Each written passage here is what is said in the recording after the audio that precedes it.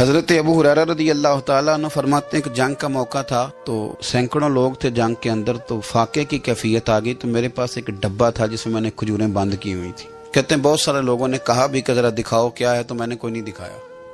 سارے بچے نہیں اپنا ٹفن کھولنے دیتے، ہاں، اور جو بچوں کو اسکول سے واپس آ کے شکایتیں ہوتی ہیں ان میں ایک شکایت یہ بھی ہوتی ہے کہ ٹیچر نے میرا 3 دفعہ ٹفن چیک کیا ہے، یہ بھی شکایتیں ہوتی ہیں، سارے بچے نہیں کھولنے دیتے۔ فرماتے میرے پاس ایک ڈبہ تھا، اس میں کھجوریں تھیں، تو کئی لوگوں نے کہا بھی تو میں نے نہیں قریب آنے دیا، تو پھر مجھے رسول کریم صلی اللہ علیہ وسلم نے فرمایا ابو ہریرہ تیرے پاس کیا ہے؟ تو میں نے کہا حضور میرے ڈبے میں کھجوریں، اس برتن میں کھجوریں۔ حضور نے فرمایا ادھر لانا۔ کہتے ہیں میں لے کے آیا تو حضور نے فرمایا اسے الٹ۔ کہتے ہیں میں نے الٹی تو میں نے گنی تو 21 کھجوریں نکلی، ٹوٹل 21 کھجوریں۔ میں کہہ چکا ہوں کہ آج امت کا بڑا مسئلہ یہ ہے کہ دولت کی کمی نہیں، برکت کی کمی ہے، انسانوں کی کمی نہیں، اتحاد کی کمی۔ آج ایسا نہیں کہ ہمیں باتیں نہیں ہیں، ہمیں سمجھ نہیں ہے، آج باتوں کی سمجھ کی اس کی کمی نہیں، مسئلہ تو یہ ہے کہ عمل کا رستہ مفقود ہو گیا۔ کھجوریں کہتے ہیں 21 نکلی، تو حضور نے اس ڈبے پہ اپنا دست مبارک رکھا، حضور نے فرمایا بلا لشکر والوں کو کھجوریں کھلائیں۔ کہتے ہیں 10 لوگ آتے رہے، کھجوریں نکلتی رہیں، لوگ کھاتے رہے۔ حضرت ابو ہریرہ فرماتے ہیں راج کے کھائیں صاحب نے، اور جب میں نے پلٹ کے دیکھا تو ابھی بھی کھجوریں باقی تھی۔ حضرت ابو ہریرہ رضی اللہ تعالیٰ عنہ فرماتے ہیں وہ 21 کھجوریں تھی، اتنے سارے لوگ کھا گئے، تو میں ذرا پلٹ کے دیکھ رہا تھا کہ میرے ڈبے میں کیا رہ گیا ہے، ٹفن میں کیا رہ گیا، پیچھے کیا بچا ہے۔ تو کہتے ہیں جب میری وہ کیفیت دیکھی نا بار بار دیکھنے کی، تو رسول کریم مسکرائے، اور حضور نے مسکرا کے فرمایا ابو ہریرہ پریشان نہ ہو، بس اسے کبھی الٹنا نہ، نکالتے رہنا اور کھاتے رہنا۔ حضور نے دست مبارک لگایا، فرمایا الٹنا نہیں، نکالتے رہنا تو کھاتے رہنا۔ حضرت ابو ہریرہ کہتے ہیں حضور کا وصال ظاہری ہونے تک میں نکالتا رہا، کھاتا رہا، کھجوریں ختم نہیں ہوئی۔ کہتے ہیں صدیق اکبر تخت پہ بیٹھے، وہ لوگوں میں کھولتا رہا، میں کھاتا رہا، وہ ختم نہ ہوئی۔ اب تنگی داماں پہ نہ جا اور بھی کچھ مانگ۔ کہتے ہیں دور آیا سیدنا فاروق اعظم کا، میں نے 12 سال، بتاؤ اس کے نیچے کون سا باغ لگا تھا کھجوروں کا، کون سا وہاں ڈیپو تھا جہاں سے سٹاک آ رہا تھا، بس ایک دست مصطفیٰ ہے نا جو لگ گیا ہے۔ یہ وجود اتنا متبرک ہے، اتنا برکت والا۔ حضرت ابو ہریرہ رضی اللہ تعالیٰ عنہ فرماتے ہیں سارا دور حضرت عمر کا میں نے کھجوریں نکالی اور کھائیں۔ فرماتے ہیں دور آیا سیدنا عثمان غنی کا، 12 سال کے لگ بھگ، 10 سال کے لگ بھگ، پھر وہ کھجوریں میں نکالتا رہا، میں کھاتا رہا۔ فرماتے ہیں حضرت عثمان غنی جس دن شہید ہوئے میرے گھر میں چوری ہوئی، کیونکہ اس دن مدینہ منورہ میں حالات بڑے عجیب تھے۔ کہتے ہیں چوری ہوئی تو میرا وہ ٹفن بھی چوری ہوا، میرا وہ ڈبہ بھی چوری ہو گیا۔ فرماتے ہیں وہ چوری ہوا تو کھجوریں ختم ہوئی، ورنہ مجھے لگتا تھا کہ قیامت تک نکلتی رہیں گی اور لوگ کھاتے رہے۔ سیدہ طیبہ طاہرہ حضرت عائشہ صدیقہ رضی اللہ تعالی عنہا کہتی ہیں حضور کا نا سر میری گود میں ہے، اور آسمان پہ تارے چمک رہے ہیں تو منظر بڑا خوبصورت بنا ہوا ہے، ادھر بھی چاند چمک رہا ہے، اور سب سے قیمتی اور کائنات کے سب سے عظیم چاند مدینے والے محبوب میری گود میں سر رکھے ہوئے ہیں۔ یہ جو آپ کے سوالات ہوتے ہیں یہ بھی سوچوں کی عکاسی کرتے ہیں کہ بندہ آج کل سوچ کیا رہا ہے۔ یہ سوال کتنی خوبصورتی اپنے اندر رکھتا ہے، اس کو ذرا محسوس کریں۔ کہتی ہیں میں نے پوچھا یا رسول اللہ صلی اللہ علیہ وسلم یہ آسمان کے ستاروں کے برابر بھی کسی کی نیکیاں ہیں؟ یہ سوال ہی نیکیوں کا پوچھا ہے، یہ نہیں پوچھا کہ حضور فلانے بندے کے بارے میں کیا رہا ہے۔ حالانکہ بڑے لوگ تھے نا مخالفت کرنے والے، مکے میں کافر، مدینے میں کافر بھی، منافق بھی، مشرک بھی، یہودی بھی، لیکن جو سوال کیا وہ نیکیوں والا کیا، خیر والی باتیں ڈسکس کریں گے۔ میں نے آج تک نہیں ویسے سنا کسی سائنسدان نے بتا دیا ہو کہ ستارے کتنے ہیں، کسی نے بتایا۔ اب سیدہ عائشہ صدیقہ کا سوال بتاتا ہے کہ حضور کو پتہ ہے آسمان پہ ستارے کتنے ہیں۔ اور یہ جو بندے کی نیکیاں ہوتی ہیں یہ ساری ظاہر نہیں ہوتی، کچھ نفل بندہ چھپ کے بھی پڑھتا ہے۔ اس نے بس میں چڑھتے ہوئے اپنی زبان سے جو اللہ اکبر کے لفظ کہے وہ کس نے سنے؟ لیکن سیدہ عائشہ صدیقہ کا یہ پوچھنا کہ یا رسول اللہ آسمان کے ستاروں کے برابر کس کی نیکیاں ہیں، حضرت عائشہ کا عقیدہ واضح ہو گیا کہ یہ بھی ان کا عقیدہ ہے کہ حضور کو یہ بھی پتہ ہے کہ آسمان پہ ستارے کتنے ہیں، اور اس بندے کا بھی پتہ ہے جس کی نیکیاں آسمان کے ستاروں کے برابر۔ یہ نظریہ ہے، یہ سوچ ہے، یہ فکر ہے، یہ عقیدہ ہے. اور کوئی غیب تم سے نہاں ہو بھلا، جب خدا ہی نہ چھپا رہا تم پر کروڑوں درود و سلام. اب سیدہ جو سوال پوچھ رہی تھی نا، تو اس کے پیچھے بھی ایک لاجک تھی. ان کا خیال تھا کہ حضور نہ میرے ابا جی کی بات کریں گے. پوچھتی ہیں یا رسول اللہ صلی اللہ علیہ وسلم، آسمان کے تاروں کے برابر بھی کسی کی نیکیاں ہیں؟ تو کریم بھی تو بڑا جانتے ہیں نا، حضور کو بھی پتہ ہے نا عائشہ کن کے بارے میں پوچھنا چاہتی ہیں. حضور نے مسکرا کے فرمایا ہیں نا نیکیاں. تو حضرت عائشہ کہتی ہے میری طبیعت کھل گئی کہ ابھی ذکر ہوگا میرے والد کا اور بات بڑی دور جائے گی اور میں بڑی راضی ہوں گی. بیٹی کا تو دل کرتا ہے نا ایک بار کوئی تعریف کرے اس کے والد کی، تو کہتی ہے ایک دفعہ اور کرو، پھر کہو وہ کیا کہہ رہے تھے آپ، بچوں کو بھی بتاؤ. یہ ذوق ہوتا ہے نا، بیٹیاں وفادار بڑی ہوتی. حضرت عائشہ صدیقہ رضی اللہ تعالیٰ عنہ کہتی میں کھل گئی، یا رسول اللہ واقعی کسی کی نیکیاں آسمان کے ستاروں؟ کس کی؟ فوراً ان کا خیال تھا حضور سیدنا صدیق اکبر کا ذکر کریں گے. تو حضور مسکرائے، فرمایا عائشہ آسمان کے ستاروں کے برابر نیکیاں میرے عمر کی ہیں. عمر فاروق کی نیکیاں ہیں آسمان کے ستاروں کے برابر. اب وہ جو ذہن میں سوال چھپا ہوا تھا وہ زبان پہ آ گیا، جو پس منظر میں تھا وہ زبان فوراً بولی کہ یا رسول اللہ صلی اللہ علیہ وسلم، اگر آسمان کے ستاروں کے برابر عمر کی نیکیاں تو ابو بکر صدیق کا کیا حال ہے؟ میرے والد کی بھی تو بات کرے نا. اب حضور مسکرائے، یعنی اس بات کو سمجھ گئے کہ عائشہ کہاں لانا چاہتی تھی، پتہ تو پہلے تھا. اب رسول کریم علیہ السلام نے فرمایا عائشہ آسمان کے ستاروں کے برابر نیکیاں ہیں میرے عمر کی، لیکن ابو بکر کی زندگی کی ایک نیکی عمر کی ساری نیکیوں سے بڑھ کر. ابو بکر کی تم کرو نا ان کے 12 سالوں کی خلافت کا ذکر کھول کے کرو، تم جناب عمر کے قوانین کی بات کرو تو کھول کے کرو. تم کہو کہ حضرت عمر نے انقلاب برپا کیا تو بالکل کیا. تم کہو کہ سیدنا فاروق اعظم رضی اللہ تعالیٰ عنہ نے دنیا کو امن کا، سکون کا، غیرت کا، جہاد کا، شوق کا پیغام دیا تو بالکل دیا. لیکن فرمایا یہ ذہن میں رکھ لینا کہ عمر کی ساری زندگی کی نیکیاں ایک طرف اور صدیق اکبر کی ایک نیکی ایک طرف. ایک نیکی وہ شارحین نے باتیں کی ہیں، وہ کہتے ہیں یہ جو حضور نے نیکی کی بات کی ہے تو یہ غار ثور والی نیکی ہے. غار ثور والی وہ جو 3 دن اور 3 راتیں جناب صدیق اکبر کو موقع ملا نا بٹھا کے اپنے محبوب کو اپنے حضرت عبداللہ ابن عمر رضی اللہ تعالیٰ عنہ بیمار ہو گئے، شدید علیل تھے، طبیعت مبارک میں کمزوری آ گئی، کچھ کھانے کو دل نہیں کرتا تھا. گھر والے بار بار کہتے کچھ کھا لیجئے کچھ کھا لیجئے، نہیں کھاتے تھے. بالآخر حضرت نافع آپ کے غلام تھے، ان سے کہنے لگے کہیں سے مچھلی مل جائے نا تھوڑی سی تو میں کھاؤں گا. تو کہتے ہیں میں سارے مدینے میں ڈھونڈتا رہا، مچھلی نہ ملی.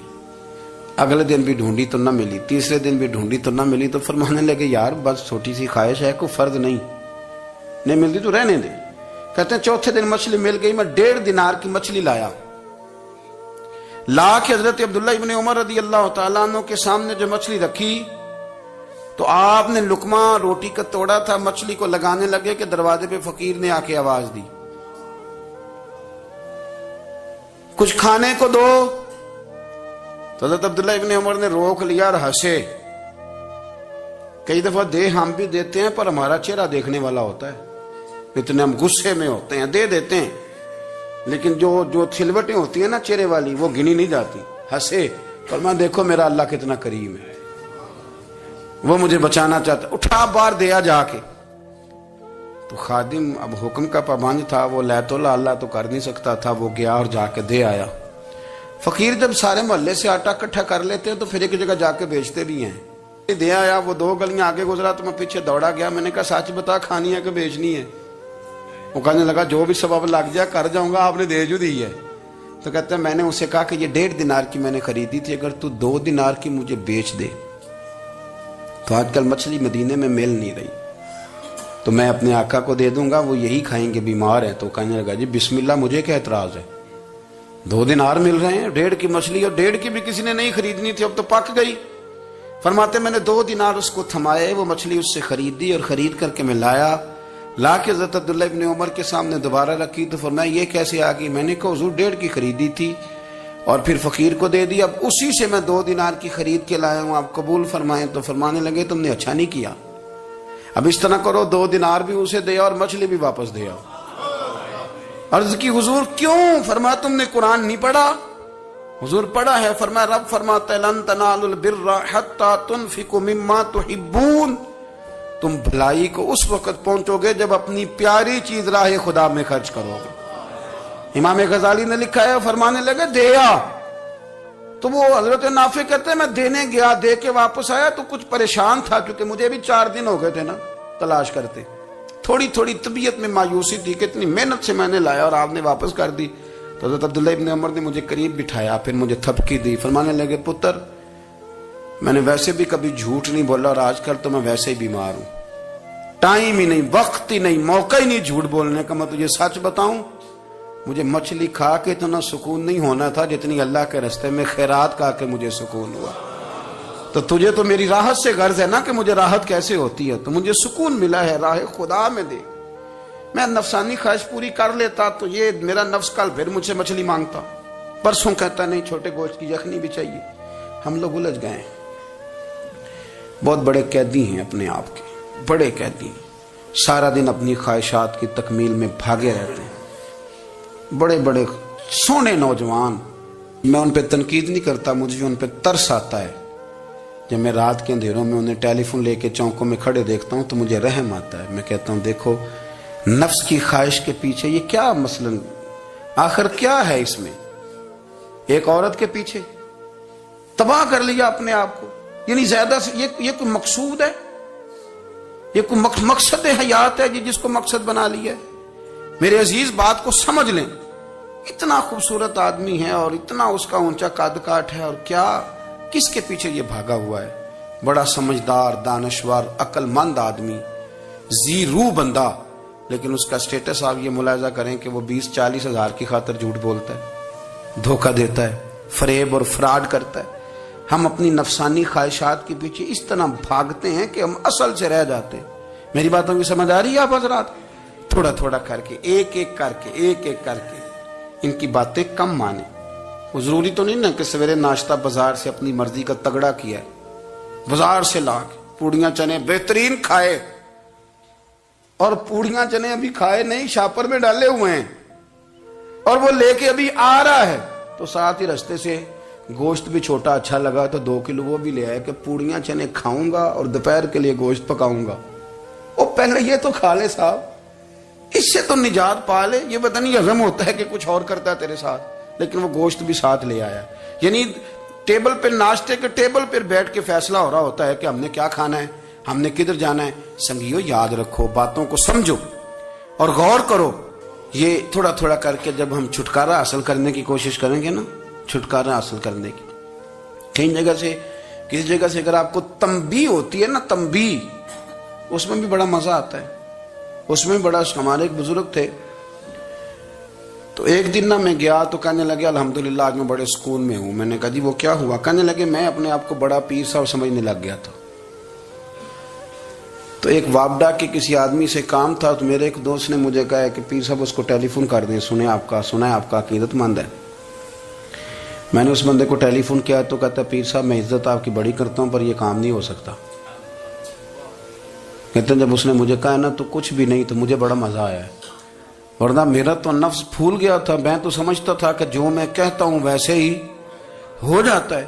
کہتے اس نے تھوڑا سا نا مجھے لیول میں کیا ہے، مجھے مزہ آیا۔ یہ لوگ نا اپنے اوپر بوجھ ڈالتے تھے، یہ تھوڑا تھوڑا پیچھے ہٹتے تھے، یہ سمجھتے تھے کہ اس طرح تو ہماری تکمیل رہ جائے گی۔ صبح سے شام تک اگر اسی نفس کی باتیں مانتے جائیں گے تو خرابی کرے گا۔ دولت کا نشہ ہے بھائی، دولت کٹھی کرنے والا کسی جگہ سیر نہیں ہوتا، حسن کا نشہ ہے، حسن کا نشہ ہے۔ حضرت ابوبکر شبلی رحمت اللہ علیہ فرمایا کرتے تھے جو تیری بیٹی کو خوبصورت سمجھ کے اس کے ساتھ نکاح کرنا چاہے اسے بیٹی نہ دینا۔ حضرت جی کیوں؟ فرمایا حسن تو تھوڑے دن کے بعد ختم ہو جائے گا، پھر وہ اس کی قدر نہیں کرے گا، وہ تو کہیں اور منہ مارتا پھرے گا۔ حضرت ابوبکر شبلی رحمت اللہ تعالی علیہ کی بیٹی خوبصورت تھی، ایک نوجوان کہنے لگا میرا نکاح کر دیں۔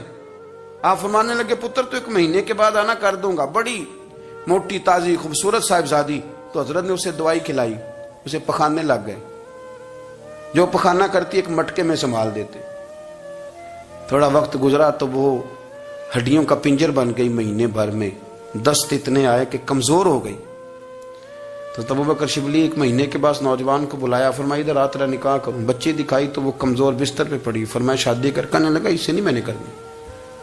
فرمایا یہ وہی ہے؟ کہنے لگا جی نہیں۔ فرمایا تو کہتا تھا مجھے عشق ہے، کدھر گیا تیرا عشق؟ کہنے لگا حضرت صاحب آپ کیسی بات کر رہے ہیں؟ فرمایا ادھر آ۔ پھر وہ مٹکا جس میں گند رکھا تھا وہاں لے گئے، فرمانے لگے تیرا اس کے ساتھ عشق تھا، یہ ہے تیرا عشق۔ فرمایا اسے تو میں 4 دن روٹی کھلاؤں گا پھر تندرست ہو جائے گی، لیکن میں دیکھنا چاہتا تھا کہ تو میری بیٹی سے پیار کرتا ہے یا اس کے چہرے پہ آنے والی کچھ وقت کے لیے سرخی سے پیار کرتا ہے، اس لالی سے پیار کرتا ہے جو جوانی کے وقت بچوں اور بچیوں پہ آتی ہے۔ کس چیز کے دل دادا؟ یعنی کیا مطلب؟ نفس کی غلامی، سراسر غلامی، اور پلٹ پلٹ کے اور بڑے بڑے سیانے بندے چھوٹی سی خواہش کے لیے، بڑا سمجھدار آدمی، بڑا سیانا بندہ۔ میں ایک بڑے بزرگ عالم تھے، میں ایک دفعہ ملنے گا تو پائے پکا رہے تھے، خود پائے پکا رہے تھے، تو وہ بڑے پیار کی بات ہوتی ہے نا جی، تو تامت باندھی ہوئی اور بڑی جناب خستہ حالی، اور وہ پائے پکا رہے ہیں۔ تو میں نے ان سے کہا، میں نے کہا حضرت جی پائے تو کسی اور نے بھی پکا لینے تھے، آپ بخاری لے کے بیٹھتے، چلو میری طرح کا کوئی بندہ آپ سے استفادہ بھی کر لیتا۔ اب پائے آپ لائیں گے، پھر پکائیں گے، پھر آپ کھائیں گے، تو یہ تو 24 گھنٹے آپ کسی کام میں گزر جائیں گے۔ تو یہ ایک چھوٹی سی خواہش کے لیے، میں کسی چیز کو حرام نہیں کہہ رہا، قرآن پاک کی جو آیت پڑھی ہے صرف اس کی تفسیر آپ کے سامنے عرض کر رہا ہوں۔ ہماری خواہشات ماں پالتی ہے، آپ کو نہیں پتا کتنے دکھ سہتی ہے۔ میں ان ماؤں کو جانتا ہوں جو بیٹے کے حصوں کی مار بھی اس کے ابے سے کھاتی ہیں، مار کھاتی ہیں وہ۔ ایک خاتون ایک کان سے سنتا نہیں، میرے پاس ایک دفعہ آئی، کہنے لگی 60 لگ گئی سی، کوئی دعا کر دیں یا کوئی وظیفہ پر، ڈاکٹر کہتے ہیں ٹھیک نہیں ہو سکتے۔ میں نے کہا باجی صحیح بتاؤ مسئلہ کیا ہے؟ کہنے نہیں کچھ بھی نہیں، مسئلہ کیا ہونا ہے، پتر غلط نکل آیا ہے، اس کا باپ روز مارتا ہے، آج میں آگے گئی ہوں تو اس نے ایک تھپڑ میرے کان پہ مار دیا، تو پردہ پھٹ گیا۔ مائیں مار کھاتی ہیں، لیکن وہ پتر جس کو بڑی محنت سے پالا ہے وہ جوان ہوتا ہے تو اماں سے کہتا ہے تجھے چھوڑ دینا ہے، پر جس لڑکی سے میرا ٹیلی فون پہ رابطہ ہے اسے نہیں میں نے چھوڑنا، وہ نہیں چھوڑ سکتی، ہر شے کچل جاتا ہے وہ۔ اماں کبھی لیٹ کے رات کو سوچتی ہے کہ یہ تو میری کل کمائی تھی، میں تو آج بھی اس کے حصے کے تھپڑ اپنی گالوں پہ برداشت کر رہی ہوں، تو یہ کدھر گیا؟ اردشیر نام کا بادشاہ تھا، حضرت محدث ابن الجوزی آج سے کچھ 700 سال پہلے لکھتے ہیں۔ اردشیر بادشاہ بڑا خوبصورت تھا، جوان تھا، بڑا عقل مند تھا، اس نے اس طرح کیا کہ قریب قریب کی ساری ریاستوں پہ قبضہ کر لیا، بڑا عقل مند زیرک تھا، قبضہ ہو گیا۔ ایک بادشاہ بڑا سخت تھا، اس کے ساتھ جب پنجہ آزمائی ہوئی تو اردشیر کہتا ہے اس پہ میرا قبضہ نہیں ہو رہا تھا، اور جب ہم نے ساری ریاستوں نے مل کے اس پر حملہ کیا تو ایک قلعے کے اندر قلعہ بند ہو گیا۔ اردشیر بڑا خوبصورت آدمی تھا، بڑا سمجھدار تھا، تو وہ بادشاہ قلعہ بند ہو گیا، اس نے کہا نکلنا ہی نہیں، اب وہ اندر بند ہے، یک بارگی حملہ کیا تو وہ بڑا بڑا قلعہ تھا اس میں بند ہو گیا۔ اس بادشاہ کی نا جس پر حملہ کیا، اس کی بیٹی اچانک ایک دن قلعے کی دیوار پہ چڑھی تو اردشیر کے حسن و جمال کو دیکھا تو عاشق ہو گئی، اور اپنے ہی باپ کے خلاف اسے کہنے لگی کہ اگر تو میرے ساتھ شادی کا وعدہ کرے نا تو میں تجھے رستہ بتاتی ہوں حملہ کرنے کا۔ اس نے کہا میرا وعدہ رہا، تو رستہ بتا۔ اس نے رستہ بتایا اس لڑکی نے، اور بادشاہ نے حملہ کیا تو اس کا باپ قتل کیا، اس علاقے پہ قبضہ کیا شادی کے وعدے پر۔ ہاں ہاں، نفسانی خواہش بندے کو اندھا کر دیتی، نہیں سمجھ آتی اس کو میں کدھر جانا ہے، اندھا کر دیتی۔ حملہ کیا، اور جب اس لڑکی کو لے کے آیا نا اپنے محل میں، تو پہلے دن شادی کی پہلی رات تھی، تو بستر بچھایا کنیز نے، تو وہ کبھی کروٹ ادھر بدلتی کبھی ادھر بدلتی، تو بادشاہ کہنے لگا کیا ہے؟ کہنے لگی بستر میں کچھ ہے، مجھے تکلیف دے رہی۔ اس نے چراغ جلائے اور جب بستر اٹھایا تو ایک اتنا سا دھاگا نکلا، دھاگے سے عموماً تکلیف نہیں ہوتی، تو اس نے کہا تو اتنی نرم و نازک ہے کہ دھاگا؟ کہنے لگی میرا باپ نا میرے ساتھ اتنا پیار کرتا تھا کہ روز میرا بستر بھی خود بچھاتا تھا، اور اس نے آلہ رکھا ہوا تھا، وہ ناپتا تھا کہ کوئی پایا اونچا نیچا تو نہیں، میری بیٹی کا بیلنس سوتے وقت خراب نہ ہو جائے۔ اور میرے لیے گوشت اور کپڑے بھی خود پسند کر کے لاتا تھا، کھانے پینے کا خود خیال کرتا تھا۔ اردشیر کہنے لگا اچھا وہ اتنا پیار کرتا تھا، اور پھر تو نے اس کے ساتھ کیا کیا؟ کہنے لگا بلاؤ کنیزوں کو۔ کنیزوں کو بلایا، فرمایا اس کو اٹھاؤ اور جلاد کے پاس لے جاؤ، اسے کہو کہ اس کے بال ایک گھوڑے کے ساتھ باندھے، پیر دوسرے گھوڑے کے ساتھ باندھے، اور ایک گھوڑا ادھر بھگا دے کدھر بھگا دے۔ یہ جس کے باپ نے اتنا پیار کیا، یہ نفس کی اتنی غلام ہے کہ اس کی وفادار نہیں رہی تو میری وفادار کیسے بنے گی؟ اس نے اتنے نازوں سے پالا کہ دھاگا اسے برداشت نہیں۔ او یارو، یاد رکھو، اگر نفس کی غلامی کرو اور بڑے بڑے وفاداروں کو چھوڑ کے غلامی کرو تو پھر کہو وفادار مل جائیں، کوئی بول ابا لڑا نہ بول بیٹھی ہوں دے خسم ناراض بڑ بولیاں دے، کہاں سر کھائے تے بلبل ٹھنڈ پائے۔